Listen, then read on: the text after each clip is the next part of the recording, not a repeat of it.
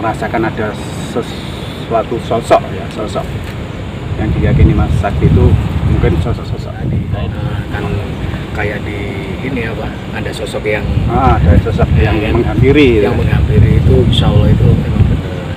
Wala jujuman biridoilah, maksudnya itu wala jujulan orang wenang biman kedua manusia itu tidak ada menangnya, tidak bisa apa-apa biridoilah kelawan ridho Gusti Allah.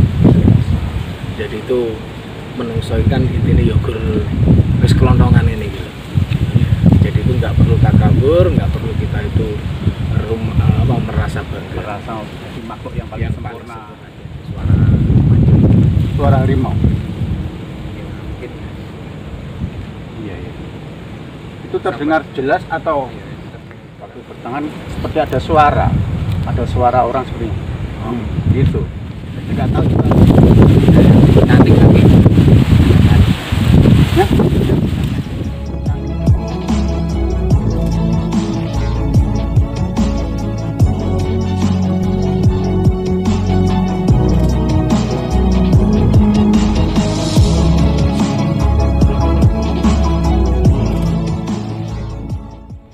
Assalamualaikum warahmatullahi wabarakatuh. Kembali lagi sobat Gembolo Geni Kediri. Kali ini kita berada masih di sekitaran Desa Parang. Kita berada di bawah, yang kemarin kita naik ke atas kan di makam Pandu Pragolo Pati. Nah, kita sekarang ada di bawah. Tadi kita sudah meditasi di sana, kita sudah berdoa di sana, dan kita sekarang mau membahas kejadian-kejadian apa saja yang dialami oleh kru-kru Gembolo Geni ini ketika berada di atas Pragolo Pati kemarin ya. Ya, saya kenalkan kembali, di sini ada teman-teman saya. Dari sini Mas siapa? iya, Mas Dian Telasan, Kang Cokro, Kang Cokro, saya Agung, dan ini Kang Sakti. Kang Sakti Tanpo Aji ya. Oke. Ini nanti kita akan coba bahas, kita kuak peristiwa-peristiwa apa, mungkin ada peristiwa ganjil atau peristiwa apa yang kemarin terjadi di atas di makam Pragolo Pati. Dan nanti kita coba kuak ya. Kita coba tanya dulu kepada Mas Sakti dulu ya. Ya, Mas Sakti, kemarin waktu di sana itu kejadian apa yang jenengan alami di sana itu? Kalau saya merasakan waktu bermeditasi di sana seperti ada yang datang. Seperti ada yang datang. Mungkin Kang Cokro bisa menjelaskan. Kalau sosoknya mungkin bisa. Kalau sosoknya saya tidak bisa melihat, cuma bisa Merasakan ya. Kayak apa? Ya, cuma ketika bermeditasi itu kayak tiba-tiba ada angin yang datang. Saya terasa Busan angin gitu ya. Kalau di sana itu kan memang hawanya tenang. Tenang, kan memang benar-benar jauh dari keramaian Kalau ya. dirasakan dalam hati itu rasakan tenang. Tenang. Nah, dari Mas Sakti sendiri kemarin merasakan ada sesuatu sosok ya, sosok yang diyakini Mas Sakti itu mungkin sosok-sosok gaib ya Mas ya. Ya, mungkin penebusan. Kalau gambaran dari Kang Cokro sendiri gimana? Iya, insya Allah kalau di situ itu emang banyak lah kalau makhluk-makhluk astral kayak gitu Mas ya. Iya. Misalnya kan tempatnya juga itu kan ya emang di pegunungan kan gitu.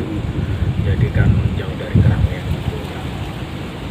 Jadi untuk memperjelas lagi bahwasanya itu kayak siapa Mas Sakti tadi kan kayak di ini apa, ada sosok yang Ada sosok yang menghampiri. yang menghampiri itu, insya Allah itu memang benar. Iya, ya mungkin dari situ apa, kalau di situ itu kan dulunya itu kan tempat apa ya, pamuksan ya. Pamuksan. Ada yang menyebut pamuksan, Pamuksan, ada ya. yang menyebut petilasan. Paling kan berarti kan buat pamuksan ya. Itu pamuksan. Iya, itu jadinya dari situ itu banyak dari makhluk-makhluk astral yang saya tahu itu di situ itu kayak benda-benda karoma lah istilahnya, kayak semacam gaman itu Benda di situ pusaka itu, gitu ya. itu banyak banget di situ. Banget. Jadi kan betul katanya si Sang Juru Kunci Ya, ya. Iya, insya Allah kayak Memang gitu. ada apa banyak pusaka yang Iya. gila. Jadi sahabat Gembul Geni, tadi sebelum kita naik ke atas kita sempat mampir dulu ke Ke Tempat tempatnya Juru Kunci ya, dan beliau itu bercerita bahwa di sana itu ada sebuah gudang ya, senjata. gudang lah, senjata, gudang pusaka ya, yang ditunggu oleh banyak sosok astral ya Mas ya. Nah, dan kalau ini tadi kan Mas Sakti merasakan ada sosok astral yang datang, tapi cuma belum itu jelas wujudnya ya. Nah, kalau Kang Cokro sendiri itu apa yang dirasakan Mas? Kalau di situ tuh insya Allah yang datang itu banyak. Cuman itu yang pas itu ya, pas meditasi bareng-bareng yang energi itu sangatlah kuat, itu kayak apa ya, sosok laki-laki. Insya Allah kalau dari rasa itu kayak gitu. Jadi itu yang pakaiannya itu kayak zaman era-era kerajaan gitu. Apa ya? Mungkin itu Ragulopati itu Kayaknya itu insya Allah itu kok bukan Mas. malah bukan. Bukan, insya Allahnya bukan. mungkin panglimanya. Iya, mungkin aja Oh, iya, iya. panglimanya gitu. Panglima atau prajuritnya. Gitu. Nah di situ itu yang itu Mas, di sebelahnya kanan kita kan, Mhm. itu kan ada pohon yang gede. Stop dulu. Nah, ini biar penasaran teman-teman. Itu kan kalau kita garis besarin itu peristiwa yang paling berkesan gitu. Kita tanya dulu sama Mas Dian Melasa dulu. Pengalamannya gimana Mas Dian? Waktu perjalanan naik Mhm. kan saya kan yang lainnya kan tak tinggal di Mas ngosan semuanya ya. Pondok Lempok. Aduh lempok. Ya, itu kalau Mas Dian. Sekuat kan ya kan sendiri kan naik Oh. di situ kayak takut sama suara macam Suara harimau. mungkin Iya. Itu terdengar jelas atau ya terdengar jelas sampai ya kaget sampai takut ya takut sama Kalau kebetulan ya, tapi kalau harimau betulan memang benar masalahnya kan masih di hutan Masih- belantara kan ya? Iya. Masih di hutan belantara gitu. ayam juga takut. Iya. Nah, itu kalau yang lain waktu di atas, waktu di makam, waktu kita meditasi, Ya ada kayak perempuan ya, cantik. cantiknya. Itu sempat lihat atau mungkin dari perasaan atau Iya perasaan. perasaan gitu, dia mengambil sosok wanita itu. Nah, kalau saya sendiri itu waktu di sana itu sih, kayak waktu meditasi itu, waktu bertangan seperti ada suara orang seperti gitu. Ya nggak tahu itu suara harimau atau orang, saya sendiri kan juga belum pernah tahu suara harimau kayak apa, tapi sepertinya kayak suara manusia mendekem itu, gitu. Orang lapar. Ya mungkin ya. Waktu itu ya seperti itu kalau pengalaman saya. Ya waktu meditasi di sana ya memang saya rasakan itu suaranya hening, suasananya hening, memang enak banget buat kadang-kadang di Lampu sih ya di sini. Iya. Dekat rasanya sudah ada di atas gunung, hening suaranya, rasanya tentrem gitu, sudah nggak ada pikiran berpikir. Tapi kemarin malam Kemarin malam mimpi ke sana lagi. cantik tapi Ya. Cantik, ada taringnya. wanita itu cantik. Nah, Tapi perasaan kalau waktu turun itu ada yang mengikuti, ada sosok macan lah. Sampai di pertengahan ada yang mengikuti, mungkin ya menjaga lah. Ya kita ke sana kan Iya. kita diantar sampai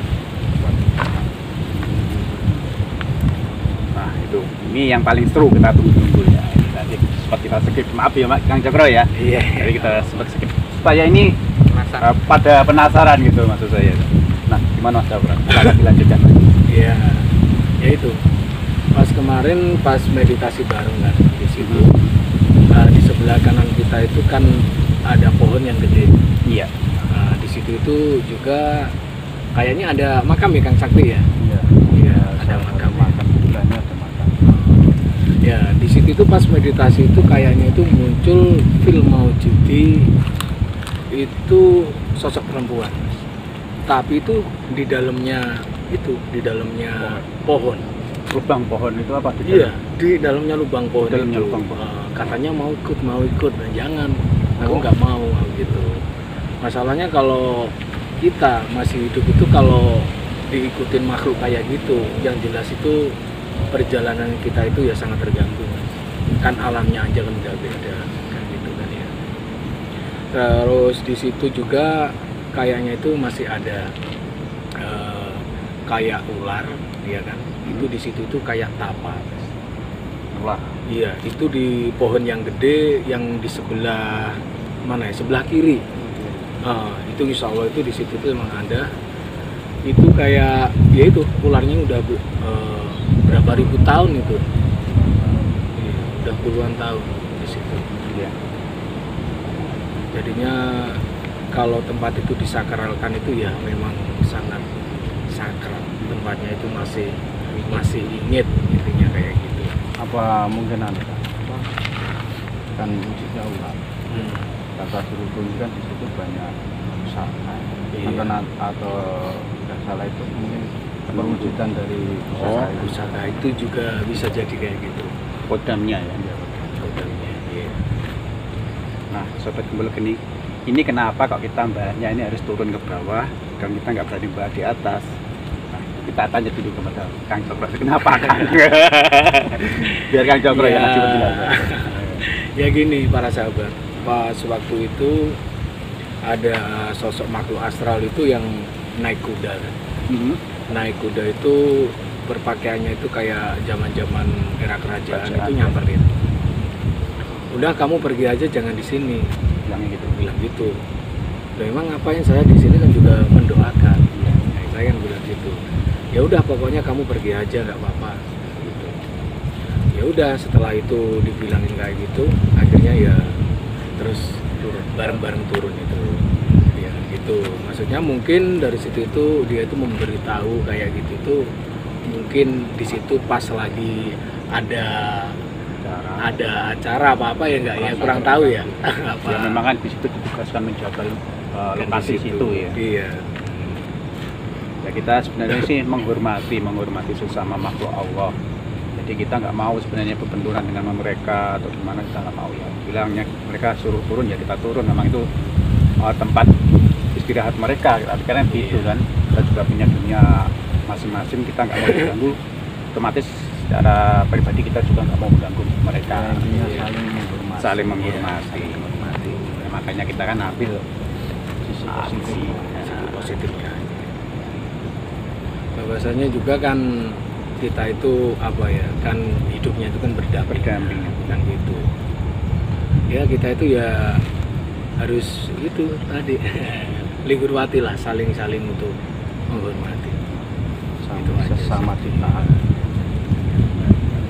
Jadi kita itu kalau jadi manusia janganlah intinya itu kita itu merasa paling sempurna dan gitu kan ada kalanya kayak gitu.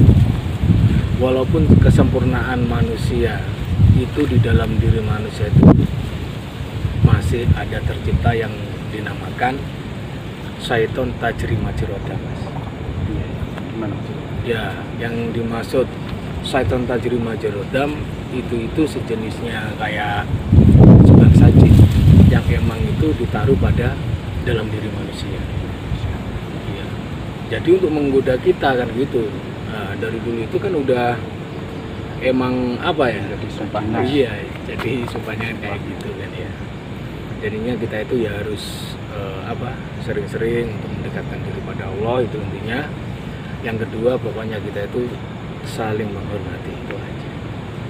Apalagi wala jujuman biridoilah, maksudnya itu wala jujulan orang wenang biman kedua manusia itu tidak ada menangnya, tidak bisa apa-apa biridoilah kelawan ridho Gusti Allah.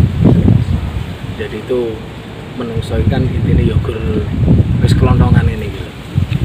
Jadi itu nggak perlu takabur, nggak perlu kita itu merasa bangga. Merasa jadi makhluk yang paling sempurna. Jangan.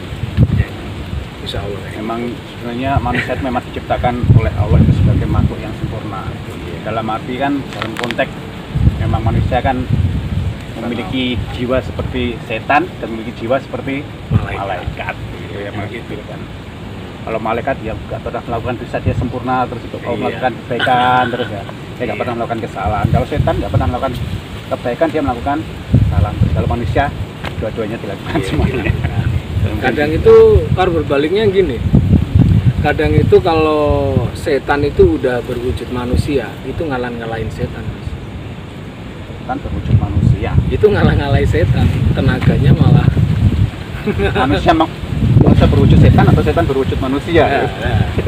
Bingung jadinya. Bermutasi. Iya. Ya kita kembali bahas yang tadi. Nah, yang di situ itu kalau insya Allah itu dari apa ya, dari keturunan tuh masih itu Mas ya, Mataram kuno ya. Iya, dari Mataram Dari kuno. Mataram kuno gitu. Pada era udah berapa abad kalau sekarang itu Mas ya? Iya, mungkin aja 700 ya, mungkin ya 700 Ya, mungkin tahun. sekitar bareng sama kerajaan Kediri. Iya, kemungkinan besar gitu. Kerajaan Kediri. Iya.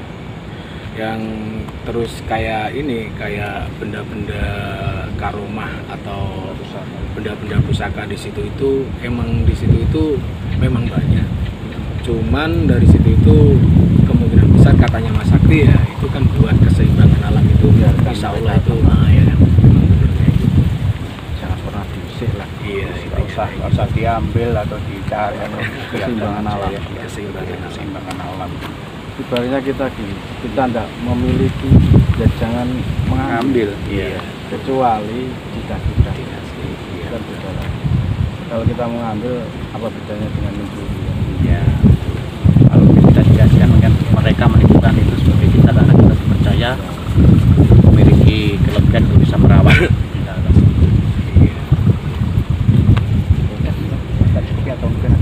Ya, insya Allah untuk sementara gitu aja dulu.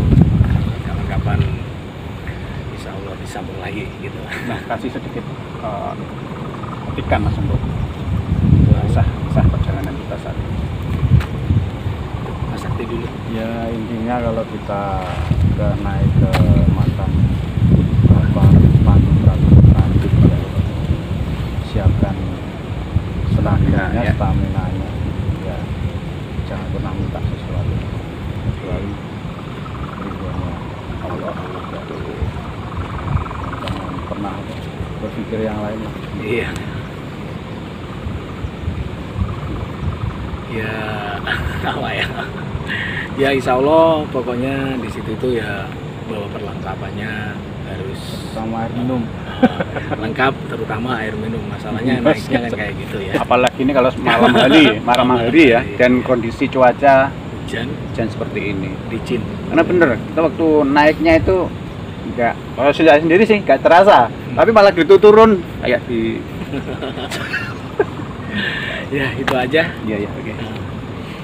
Ya, sahabat Gembala Geni, kita akhirin dulu kisah kita di Pranggolopati pada saat ini. Nantikan lagi kelanjutan kita di petualangan Gembala Geni di makam-makam atau mungkin tempat-tempat religi atau mungkin sebuah situs-situs peninggalan bersejarah di tempat-tempat lain, khususnya di kota Kediri ini. Makanya jangan lupa like, comment, subscribe, dan